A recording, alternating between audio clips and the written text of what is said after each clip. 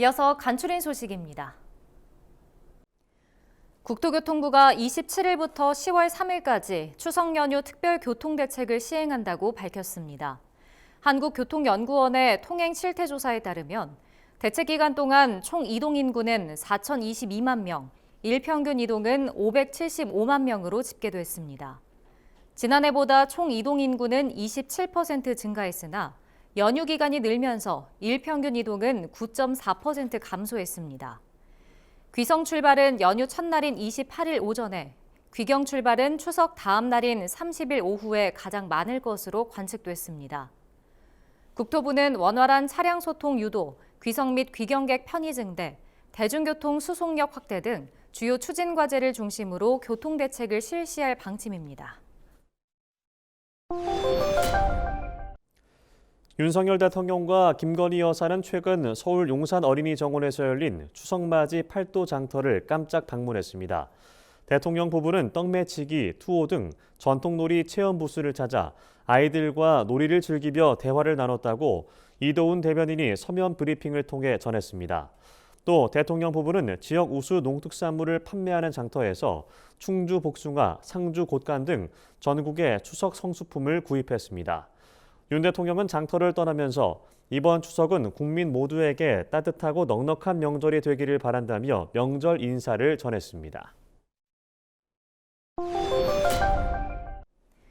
농림축산검역본부가 지난 1일부터 7일까지 지자체 가축방역기관을 대상으로 실시한 아프리카 돼지열병 ASF 진단 숙련도 평가 결과를 발표했습니다.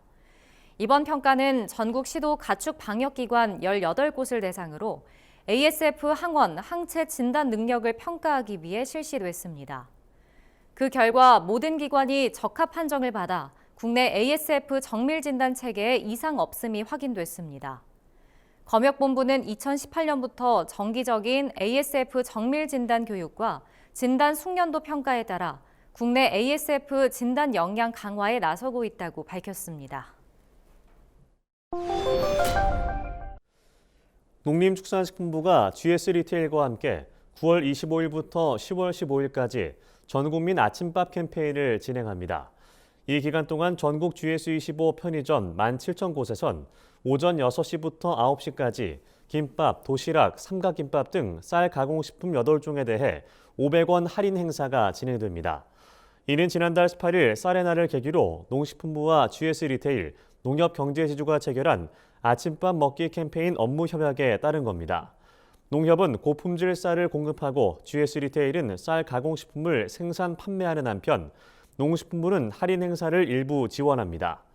농식품부는 식생활 트렌드를 고려해 소비자와 접점이 많은 식품업계, 유통업계와 협력을 확대해 가겠다고 말했습니다. 전남 담양군이 최근 필리핀 딸락주와 외국인 계절 근로자 도입을 위한 업무 협약을 체결했다고 밝혔습니다. 이날 협약식에는 이병로 담양군수와 수잔얍 솔리트 딸락주지사 등 관계자 20여 명이 참석했습니다. 이번 협약으로 필리핀 딸락주는 우수 인력을 선발해 농업 분야 교육을 진행하고 담양군은 필리핀 청년들에게 시설 원예 재배 요령 등 선진 농업 기술을 전수할 계획입니다. 이병로 담양군수는 필리핀 딸락주와 농업교류 이외에도 문화와 관광 등 다양한 영역에서 협력해 나가겠다고 말했습니다. 농촌진흥청은 최근 농생명 분야 빅데이터 연구에 기반이 될 슈퍼컴퓨팅 센터 준공식을 열었습니다.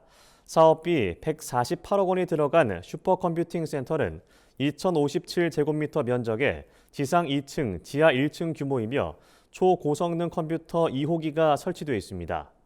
농진청은 센터 준공에 따라 빅데이터를 활용한 디지털 육종과 스마트팜, 작물 병충해 조기 진단 등의 연구 개발이 활발해질 것으로 기대하고 있습니다. 조재호 농진청장은 농업 경쟁력을 높이고 세계에서 우리 농업의 위치를 확고히 하는 데 컴퓨팅 센터가 큰 역할을 할 것이라고 말했습니다. 경기 고양시가 가정재배가 늘어나는 반려식물의 병충해를 진단하고 치료해주는 식물병원을 이르면 내년 상반기에 건립한다고 밝혔습니다. 코로나19 이후 단독주택은 물론 아파트나 빌라에서 화초나 관상수, 채소 등을 키우는 가정이 꾸준히 늘고 있습니다. 이에 각종 병균이나 벌레 피해로 관리의 어려움도 증가하고 있는 상황입니다. 고양시는 반려식물 재배 가정의 병충해 부담을 덜어주고 건강한 취미 생활을 즐길 수 있도록 돕기 위해 식물병원을 운영하기로 했습니다. 내년 5월까지 덕양구 농업기술센터에 식물병원 시설을 갖춰 6월부터 운영할 계획입니다. 온실가스 배출권 가격이 오르면 우리나라 경제 성장률이 하락할 수 있다는 분석이 나왔습니다. 특히 고탄소 산업이 집중된 비수도권에서 성장률 하락폭이 클 것으로 추정됐습니다. 한국은행은 최근 기후변화 대응이 지역 경제에 미치는 영향 보고서를 통해 기후변화 이행에 따라 온실가스 배출권 가격이 상승할 경우 성장률에 미치는 영향을 분석했습니다. 한국은행은 경제 성장뿐만 아니라 환경 이슈에서도 수도권과 비수도권의 불균형이 심화될 가능성이 있다고 말했습니다. 그러면서 비수도권에서는 주력 산업의 탄소 배출 효율을 높이기 위한 기술 개발이 시급하다고 덧붙였습니다.